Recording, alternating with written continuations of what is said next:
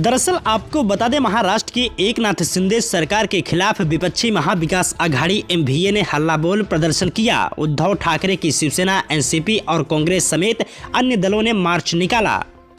वहीं मार्च जेजे अस्पताल के पास से शुरू हुआ और दक्षिण मुंबई में छत्रपति शिवाजी महाराज टर्मिनस पर खत्म हुआ। इस मार्च के दौरान उद्धव ठाकरे, आदित्य ठाकरे के साथ रश्मि ठाकरे भी नजर आईं। रश्मि ठाकरे मार्च में सबसे आगे रहीं। बीते दिनों से लगातार ऐसा हो रहा है कि जब रश्मि ठाकरे राजनीतिक कार्यक्रमों में नजर आ रही हैं। बताया जा रहा है कि उद्धव ठाकरे के सीएम रहते जब वह बीमार पड़े, उनके बाद रश्मि ठाकरे ने कमान संभाली।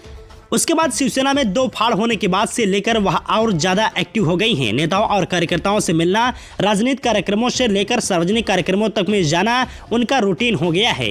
वहीं बीते दिन शनिवार को मार्च में रश्मि ठाकरे शामिल हुई। हालांकि वह कई बार कार्यक्रमों का हिस्सा बनी है, लेकिन यह पहली बार है जब वह इतने भव्य मार्च में शामिल हुई। वह यहां आई, सबसे आगे चली, उनके पीछे सैकड़ों महिलाएं चल रही थी। रश्मि ठाकरे ने इस मार्च के दौरान न कोई भाषण दिया, न ही कोई मीडिया को बाइट दी। बिना कुछ बोले ही उन्होंने आम आदमी से लेकर कार्यकर्ताओं तक सबका दिल जीत लिया। उद्धव ठाकरे के पीछे मजबूती से खड़ी रहने वाली रश्मि ठाकरे आज मार्च में सबका ध्यान खींच रही थी। रश्मि के हाव भाव देखकर एक बार फिर उनके राजनीति में सक्रिय होने की चर्चा होने लगी। हालांकि यह पहली बार नहीं है, पहले भी कई बार रश्मि ठाकरे के सक्रिय राजनीति में आने की मांग उठ चुकी है। इस बार उनके इतने बड़े राजनीतिक मंच पर आकर मार्च करने के बाद इसके राजनीतिक मायने निकाले जा रहे हैं। महाराष्ट्र में उद्धव ठाकरे सरकार जब मुसीबत में फंसी तो रश्मि ठाकरे ने कमान संभाली। उन्होंने एकनाथ शिंदे के साथ भागे हुए विधायकों की पत्नियों से संपर्क किया।